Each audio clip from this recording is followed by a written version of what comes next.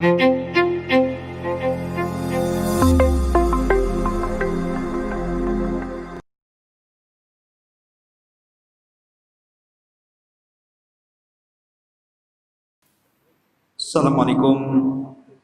warahmatullahi wabarakatuh. Alhamdulillah,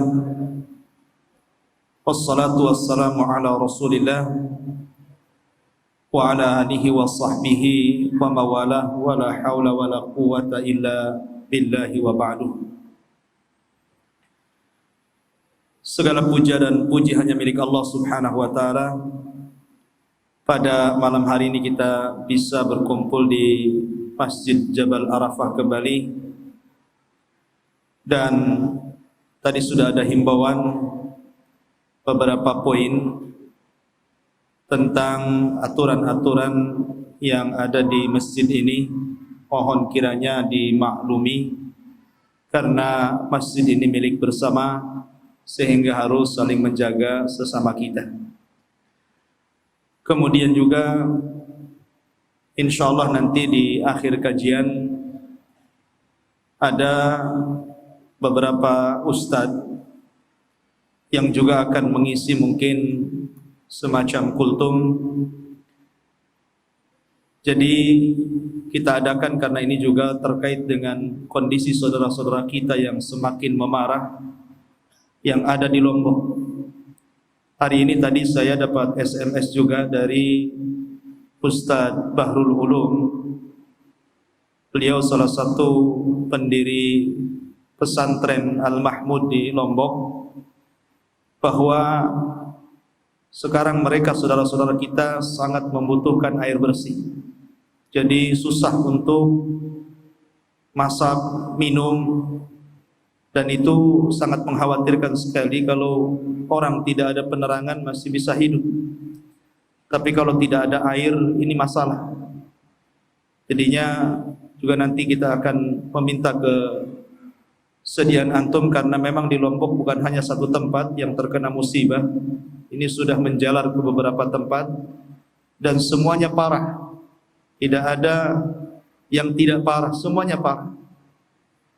Dan ini adalah tanggung jawab kita bersama. Barang siapa yang melepaskan kesulitan seorang muslim di dunia, maka Allah subhanahu wa ta'ala akan lepaskan kesulitan kita di akhir. Baik, ikhwafidin muliakan Allah subhanahu wa ta'ala. Mungkin kajian kita tidak lama, kita singkat saja pembahasan kita, meneruskan pembahasan pada minggu-minggu yang lalu tentang silsilah peperangan di zaman Nabi SAW. Pada malam hari ini kita akan membahas Ghazwatu Khaybah, Perang Khaybah. Khafidin muliakan Allah subhanahu wa ta'ala, Khaybar ini adalah sarangnya orang-orang Yahudi di zaman itu. Dalam sejarah bahwa Nabi dan sahabat Rasul perang melawan orang-orang Yahudi itu 4 kali. 4 kali Nabi SAW berperang melawan orang-orang Yahudi di zaman Rasul. Pertama, perang Bani Qunaiqah, dan itu terjadi di bulan Syawal setelah perang Badar. Ketika Nabi SAW berperang dalam Badar dan Allah subhanahu wa ta'ala menangkan dalam perang perdana ini, maka Nabi SAW pulang dengan membawa kemenangan yang luar biasa. Bahkan dalam perang ini terbunuh banyak pembesar-pembesar Quraisy. Sesampainya di kota Madinah, ketika ada seorang wanita muslimah kemudian membeli sesuatu di pasar Bani Qunaiqah, pasarnya Yahudi, tiba-tiba kemudian dilecehkan wanita ini dengan terbukanya aurat akibat perlakuan orang-orang Yahudi. Maka wanita ini berteriak, "Ya lal muslimin, wahai kaum muslimin, tolonglah aku." Maka datanglah seorang muslim satu dari sekian sahabat Rasul marah, kemudian membantu wanita muslimah ini, akhirnya membunuh orang yang melecehkan. Ketika melihat bahwa seorang muslim ini membunuh seorang Yahudi, maka Yahudi satu pasar keluar semuanya, kemudian membunuh laki-laki muslim yang membela kehormatan wanita muslimah ini. Kan Nabi SAW marah dengan kemarahan yang sangat besar, akhirnya kemudian mengumpulkan pasukan dan mengusir Yahudi Bani Qunaiqa dari Madinah. Maka mereka keluar dari Madinah sampai keluar perbatasan, dan mereka tinggal bergabung dengan saudara-saudara mereka di Khaybar. Ini perang pertama melawan Yahudi. Kemudian yang kedua, perang Bani Nadir. Dan itu terjadi 6 bulan setelah perang Uhud. Ketika kemudian orang-orang Yahudi Bani Nadir ini suatu ketika menjebak Rasul dan hendak membunuh Rasul, membuat makar kepada Nabi SAW, hampir-hampir Rasul terbunuh di sini. Akhirnya Nabi SAW selamat dan tahu perbuatannya yang sangat keji. Salah satu pembesarnya adalah Huyai ibn Akhtab, Yahudi ini. Maka kemudian Nabi SAW mempersiapkan pasukan dan mengusir Bani Nadir, sehingga mereka pun bergabung di Khaybar. Ini perang kedua melawan kabilah Yahudi Bani Nadir, dan itu terjadi 6 bulan setelah perang Uhud. Kemudian yang ketiga, pada tahun 5 Hijriah terjadi perang namanya perang Bani Quraidah, dan itu sudah saya jelaskan dalam perang Khandaq. Kita tahu bahwa terjadinya perang Khandaq ini karena akibat perlakuan orang-orang Yahudi yang menghasut bangsa Arab, sehingga kemudian bergeraklah orang-orang Quraisy Mekah membawa 4.000 pasukan, kemudian Ghatafan membawa 6.000 pasukan, akhirnya menyerang Rasul di Madinah. Tapi Allah Subhanahu wa taala mengirim pertolongan, akhirnya kemudian didatangkan angin yang kencang sehingga memporak-porandakan kemah-kemah mereka, bahkan kebakaran di mana-mana. Akhirnya mereka bangkrut dan kembali ke Ghatafan dan Mekah. Tersisalah orang-orang Yahudi Bani Quraidah yang belum terusir dan masih berada di dalam kota Madinah. Maka Nabi SAW diperintahkan Allah lewat Jibril untuk menyerbu Bani Quraidah. Maka Nabi SAW bersabda dalam sebuah sabdanya yang masyhur, "Idhabu ila Bani Quraidah fala tusalliyanna ahadakumul asra illa fi Bani Quraidah." Berangkat kalian, serbu Bani Quraidah yang telah berkhianat kepada kalian, dan jangan pernah salat asar di jalan kecuali sampai di Bani Quraidah. Akhirnya mereka menaklukkan Bani Quraidah. Kemudian Sa'd bin Mu'adz diminta Rasul untuk memberikan hukuman kepada mereka. Maka dia mengatakan, adapun yang laki-laki bunuh semuanya, karena sebab mereka nyawa kita terancam semua di Madinah. Adapun yang perempuannya jadikan mereka budak. Lah, perang yang keempat melawan Yahudi itu adalah perang terbesar di zaman Rasul, namanya perang Khaybar. Karena Khaybar ini gudangnya orang-orang Yahudi di zaman itu. Dan Khaybar itu satu kota yang kaya, penuh dengan penghasil kurma. Dan ini yang kita akan bicarakan pada malam hari ini. Ma'asyiral muslimin yang dimuliakan Allah Subhanahu wa taala. Perang Khaybar ini terjadi pada permulaan tahun ke-7 Hijriah. Setelah Nabi SAW melakukan umrah. Tapi umrah yang dilakukan Nabi SAW tidak jadi, karena diancam oleh orang-orang musyrik, kalau seandainya Rasul dan para sahabatnya menginjak kota Mekah, maka akan diserbu dan diperangi. Maka Nabi SAW meyakinkan orang-orang Arab bahwa mereka tidak hendak berperang, mereka hendak umrah. Buktinya mereka tidak pakai baju besi, mereka tidak bawa kuda, mereka tidak bawa perlengkapan ke perang, mereka hanya melekat kain ihram di badannya dan pedang hanya untuk melindungi diri saja. Akhirnya Nabi SAW mengutus Utsman ibnu Affan supaya melobi bahwa tujuan mereka bukan hendak perang. Tetapi kemudian Utsman ditahan 3 hari, sehingga tersebar bahwa Utsman itu dibunuh. Maka Nabi SAW bergerak mengumpulkan para sahabatnya untuk melakukan pembaiatan karena mendengar bahwa Utsman dibunuh oleh orang-orang musyrik, yang disebut dalam sejarah namanya Bai'atul Ridwan.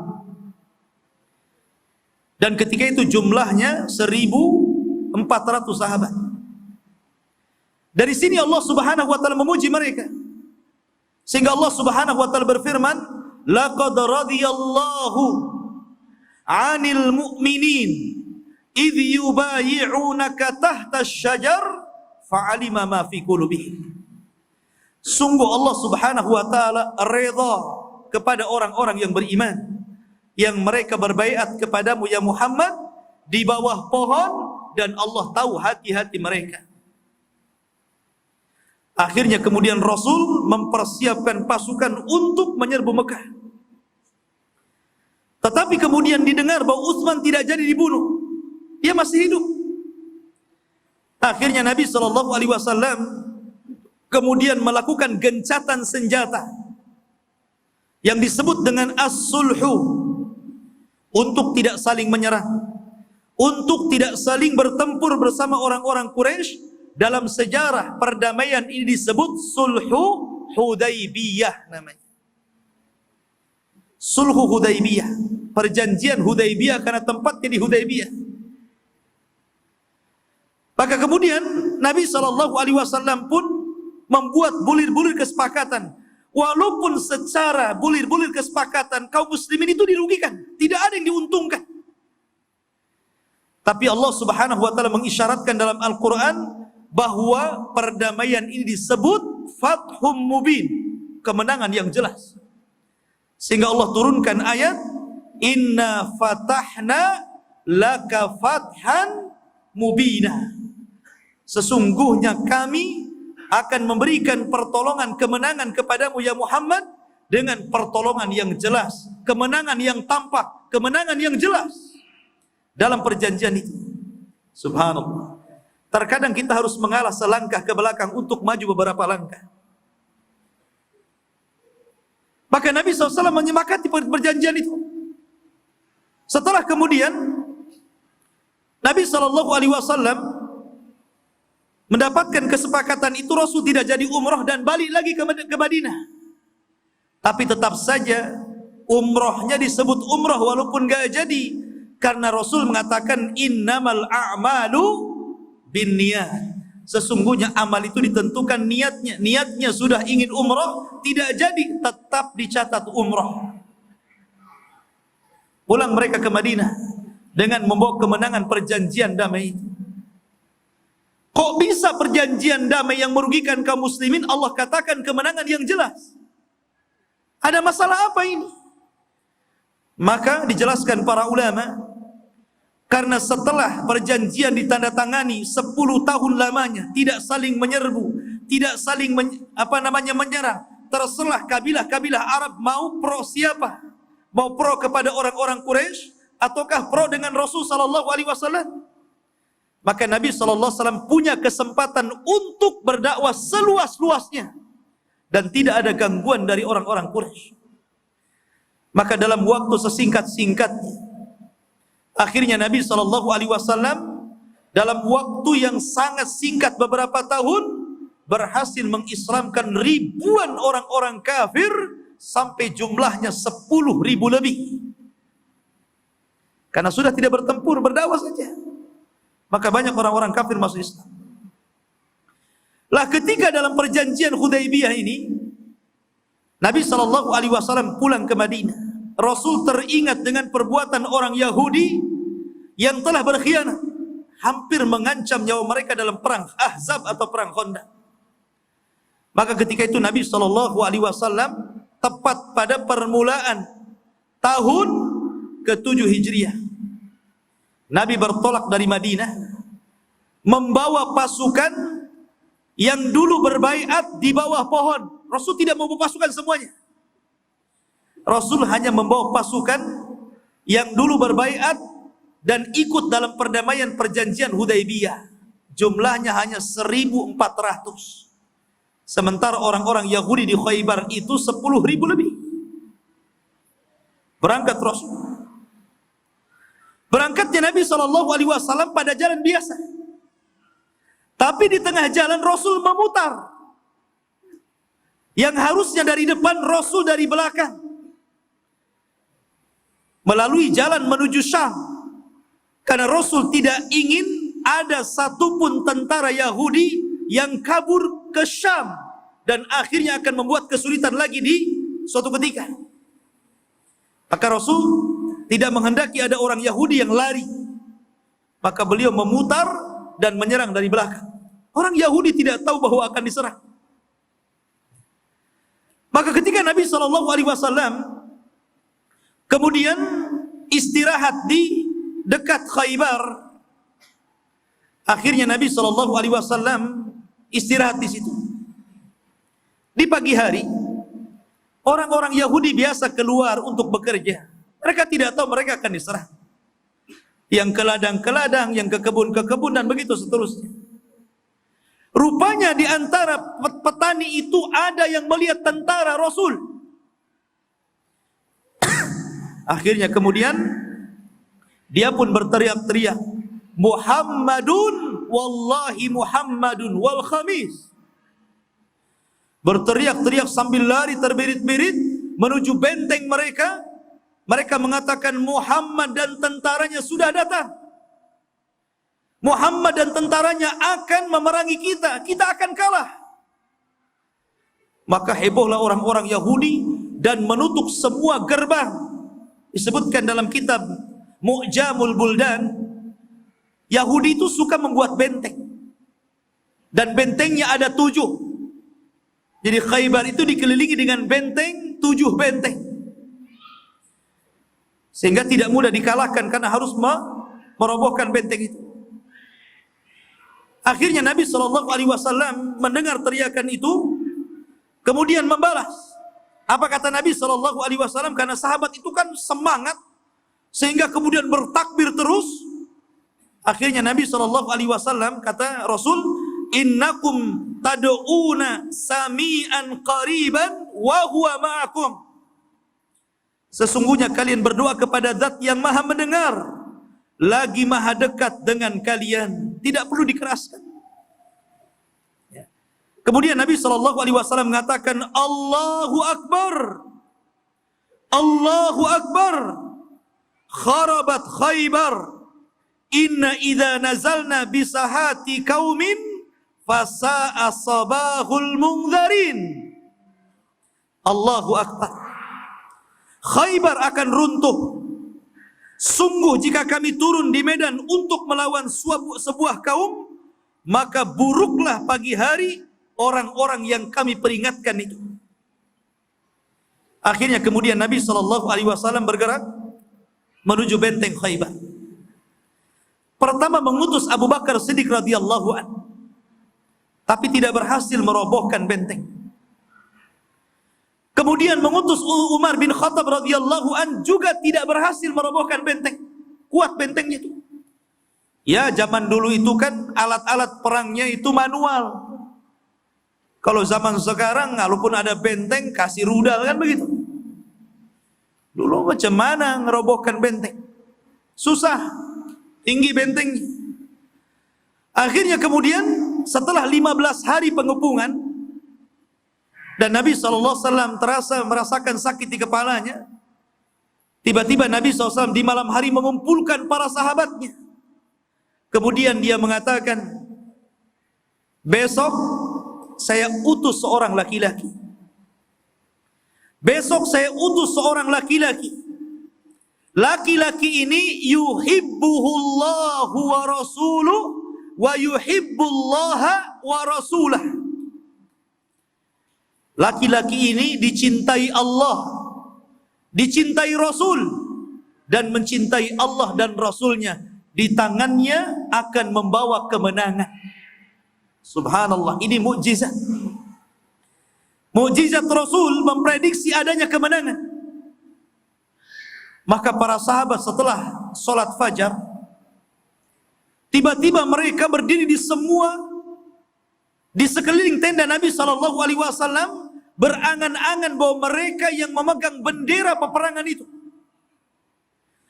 Bahkan Umar ibn Khattab radhiyallahu anhu mengatakan, demi Allah, aku tidak pernah mengharap jadi pemimpin kecuali pada hari perang Khaybar.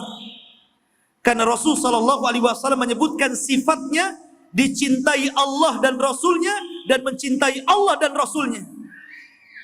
Kata Umar bin Khattab, demi Allah, aku tidak berkehendak jadi pemimpin kecuali dalam perang Khaybar ini. Maka kemudian Nabi SAW melihat para sahabat sudah berkumpul. Rasul bertanya, Aina Ali? Di mana Ali? Rasul cari yang enggak ada. Kemudian para sahabat mengatakan, ya Rasulullah, Ali sedang sakit kedua matanya. Ali sakit kedua matanya.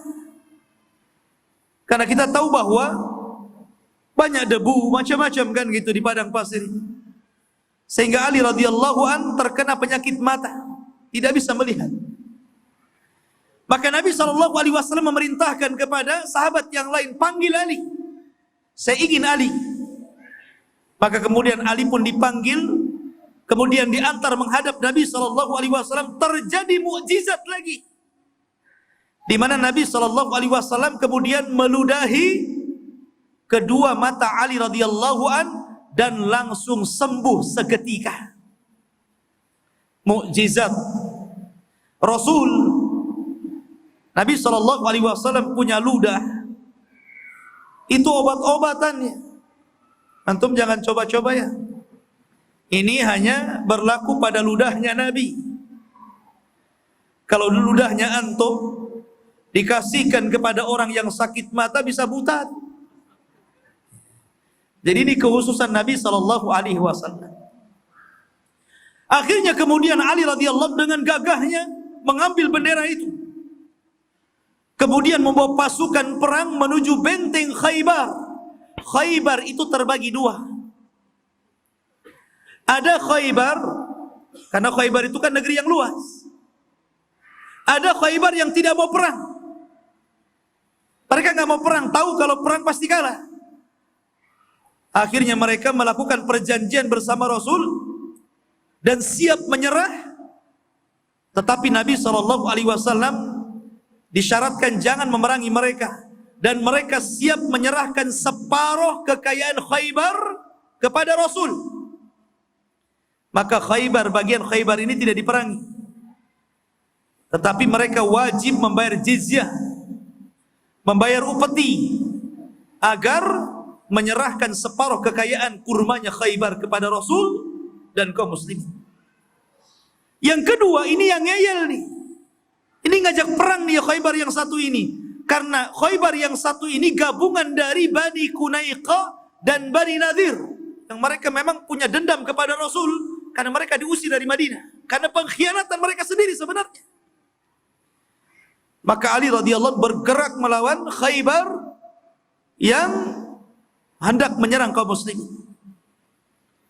Ketika berhadap-hadapan tentara Rasul SAW dan orang-orang Yahud, disinilah mulai terjadi perang yang disebut dengan mubarazah. Saya katakan, perang dulu beda dengan perang sekarang. Perang dulu itu ada perang tanding dulu. Mana jagoan kamu, nih jagoan saya. Keluarlah jagoannya orang Yahudi namanya Marhab. Dia mengatakan, qad alimatil yahud anni marhabu. Orang-orang Yahudi semua, siapa yang tidak kenal dengan saya si Marhab itu jagoannya orang Yahudi itu. Maka Ali radhiyallahu an mengatakan dan menjawab tantangan daripada Marhab ini. Dia mengatakan kepada Marhab, ya Marhab, akulah Ali. Qad sammatni ummi Haidarah. Ibuku sudah memberi nama aku Haidarah. macan. Ya. Begitu, boleh sombong dalam peperangan untuk merobohkan mental musuh. Tapi di luar peperangan jangan sombong. Ibuku sudah ngasih aku macan. Kalaithi ghabati karihin manzarah. Seperti macan hutan yang ditakuti manusia. Oh, lihat. Ali radhiyallahu jawab dia. Akhirnya sekali tebas marhab meninggal dunia. Sekali tebas. Ya.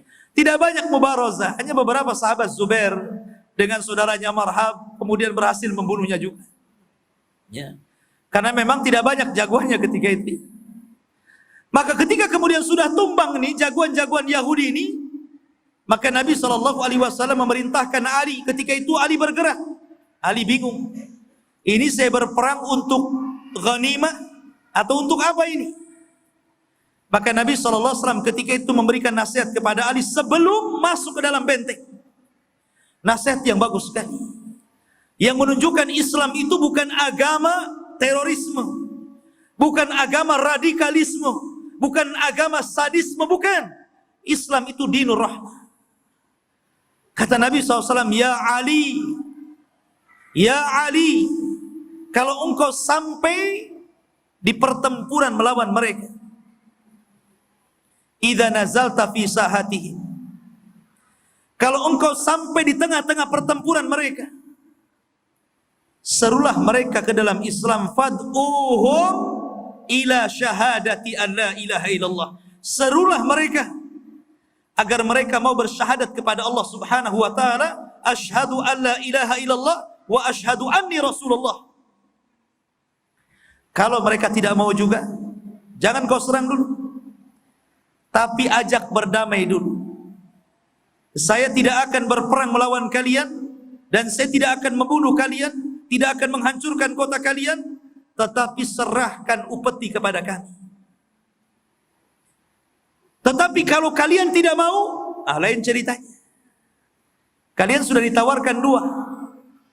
Ditawarkan untuk bersyahadat, masuk Islam, tidak mau juga, bayar upeti.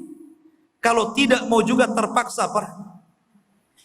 Kemudian Nabi SAW mengatakan, Ya Ali, la in yahdiyakallahu rajulan wahidan bika khairun mimma tala'at alaihi syamsu wa fi riwayatin khairun laka min khumrin na'am. Hei Ali, kalau seandainya lantaran lisanmu mendakwai mereka, satu saja dapat hidayah, itu lebih baik dibandingkan nikmat munculnya matahari dari arah timur. Padahal nikmat munculnya matahari luar biasa, ikhwan.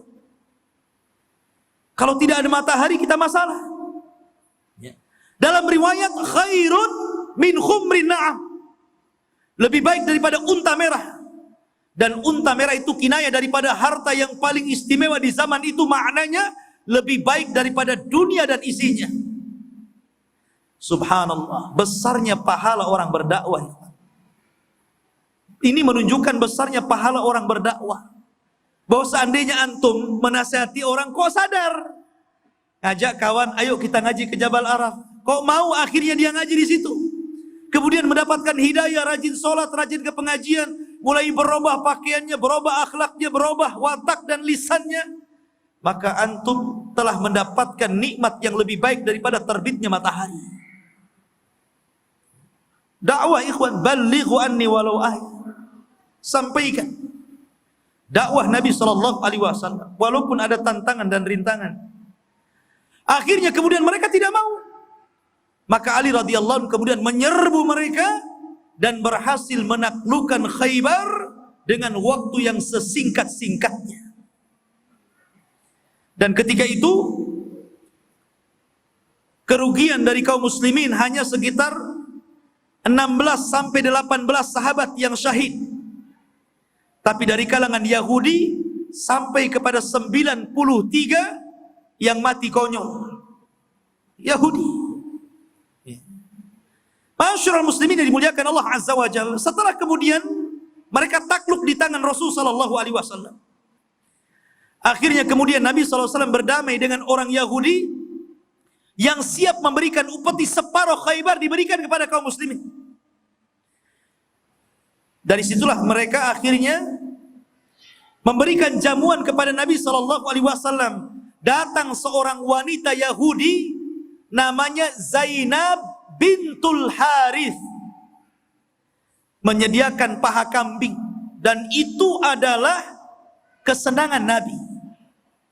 Nabi itu suka makan paha kambing. Jadi kalau antum gak suka kambing, aneh. Nabi loh kesukaannya paha kambing, bukan paha ayam, paha kambing.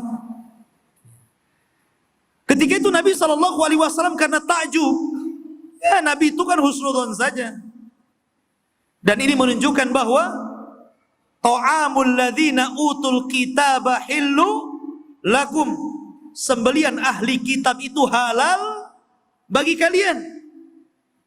Yang tidak boleh itu sembelihan orang musyrik, karena Rasul memakan sembelihannya orang Yahudi. Ketika Nabi SAW mencicipi sedikit itu, gak banyak, tiba-tiba Jibril memberitahu bahwa dalam kambing itu ada racunnya. Masya Allah. Rupanya Rasul diracun oleh seorang wanita Yahudi. Ketika itu kemudian ada satu sahabat yang meninggal gara-gara racun itu, namanya Barah. Maka Rasul mengatakan, kufu, berhenti kalian, jangan makan. Karena sesungguhnya daging ini memberitahu kepadaku bahwa ini telah dicampuri racun. Semua sahabat berhenti makan. Disitulah Nabi SAW kemudian berdiri berpidato di hadapan orang Yahudi. Inni sa'ilukum, saya ingin bertanya kepada kalian, apakah kalian akan membenarkan kata-kata? Yahudi mengatakan, ya, kami siap membenarkan kata-kata. Kata Rasul, man abukum, siapa bapak kalian? Maka mereka mengatakan, abuna fulan ibn fulan, bapak kami fulan bin fulan. Kata Rasul, kadzabtum, dusta kalian. Bal abukum fulan ibn fulan, bahkan bapak kalian fulan bin fulan. Mereka mengatakan, sadaqta ya Rasulullah, benar engkau wahai Rasul.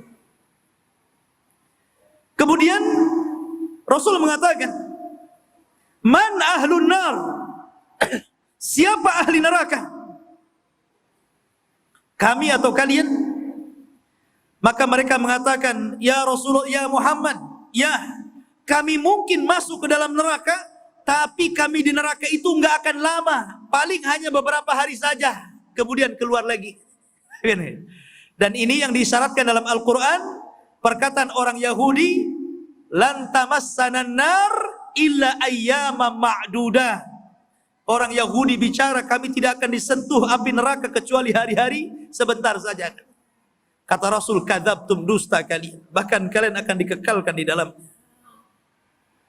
Kemudian Rasul mengatakan, saya ingin bertanya satu lagi. Benarkah kalian sudah meracuni kambing ini? Maka kemudian mereka mengatakan, na'am, ya, kami racuni kambing itu. Kemudian Rasul mengatakan, ma hamalaka ala hadha, apa yang membuat kalian berani-beraninya meletakkan racun di kambing ini? Maka mereka mengatakan, in kunta nabiyan falan yadurrak, kalau engkau seorang nabi, pasti tidak akan berpengaruh racun itu ya Muhammad. Wa in kunta malikan arafna nasabah, tapi kalau engkau seorang raja, tentu kami tahu nasab.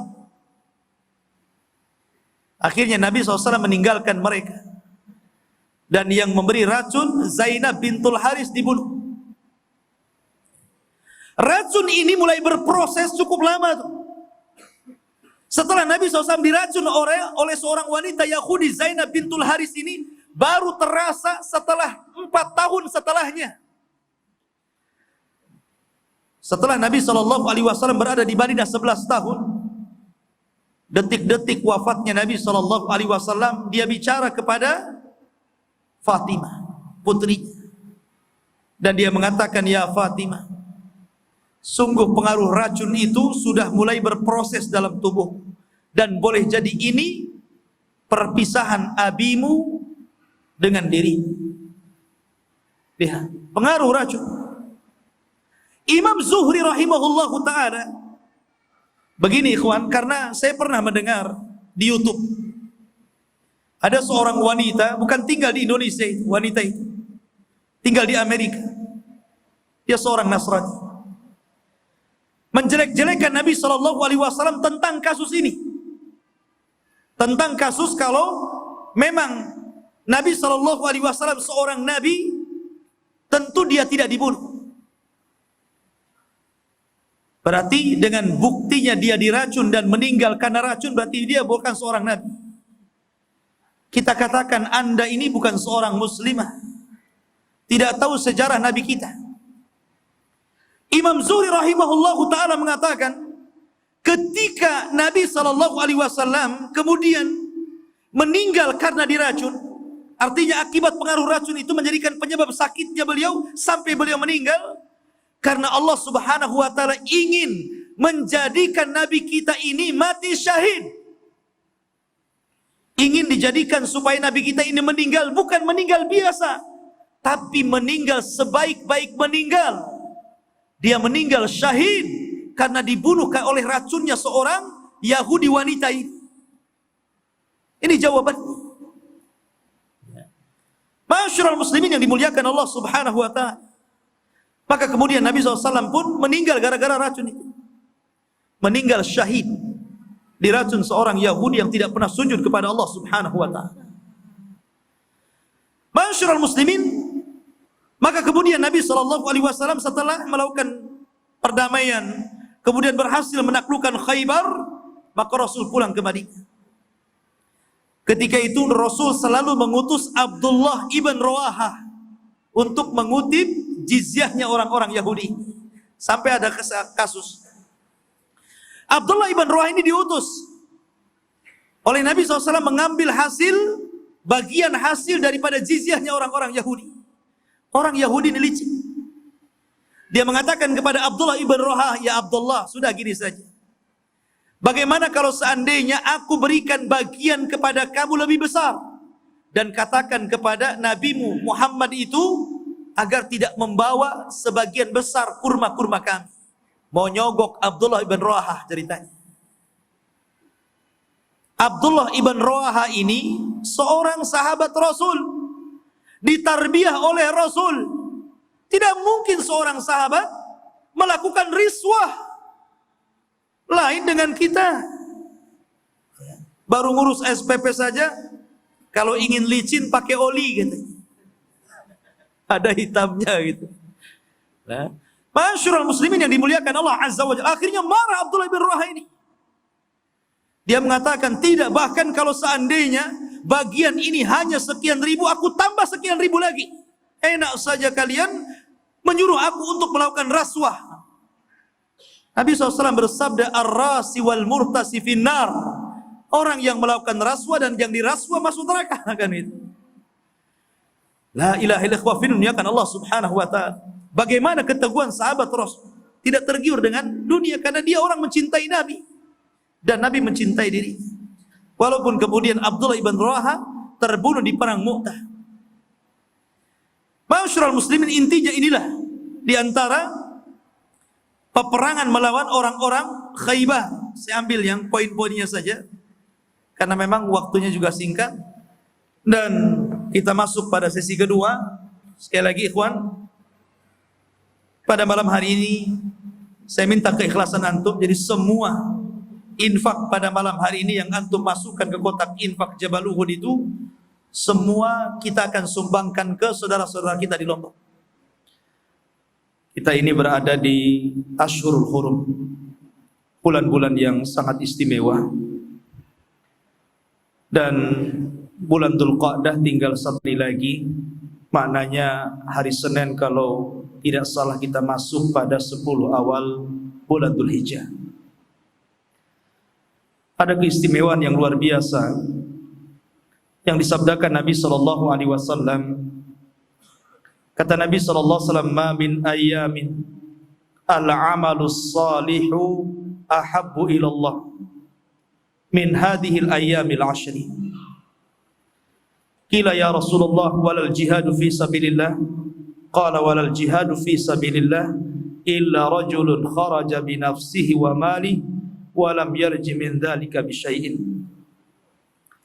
Tidak ada hari apapun dalam setahun yang amal soleh di dalamnya, amal apapun, apakah yang berat ataukah yang kecil, yang ringan, yang lebih dicintai Allah Subhanahu wa taala dibandingkan orang yang melakukan amalan di 10 awal bulan Dzulhijjah.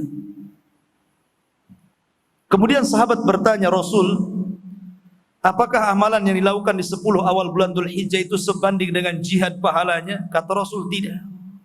Masih lebih besar orang yang beramal di 10 awal bulan Dzulhijjah dibandingkan jihad.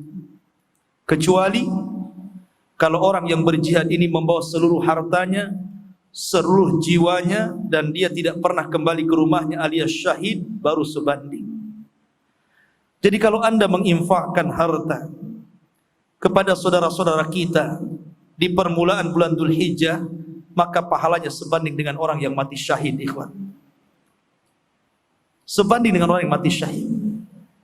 Oleh karena itulah maka kami dari Pondok Pesantren Jabal Uhud Al-Islami Tiban, Kampung Batam, sudah beberapa hari ini alhamdulillah sudah berkoordinasi dengan beberapa kawan yang ada di Lombok. Salah satunya juga di sini ada perwakilan Ustaz Zainal, Ustaz Aswad, kemudian di sana juga ada Ustaz Zainul, Ustaz Bahrul Ulum, dan ustaz-ustaz yang lainnya. Dan kita sudah mulai mengirim bantuan kepada mereka. Jadi saya mengharap kepada antum semuanya masih ada waktu, ya, entah antum mau menyumbang pakaian, tetap kita terima, ya, bisa dikumpulkan. Mungkin ibu-ibu yang ada pakaian layak pakai juga bisa dikumpulkan. Nanti telepon saja kita, nanti kita jemput di mana. Tetapi tadi sudah dijelaskan sama Ustaz Aswad, mungkin seandainya infak dengan uang lebih manfaat, karena nanti bisa dibelikan makanan di Jawa dan bisa didistribusikan langsung ke Lombok. Saya kira ini yang bisa saya sampaikan. Semoga infak antum semua bermanfaat di hadapan dan menjadikan pemberat timbangan amal antum semuanya. Subhanakallah bihamdika asyhadu an la ilaha illa anta astaghfiruka wa atubu ilaik. Allahu ta'ala alam. Assalamualaikum warahmatullahi wabarakatuh.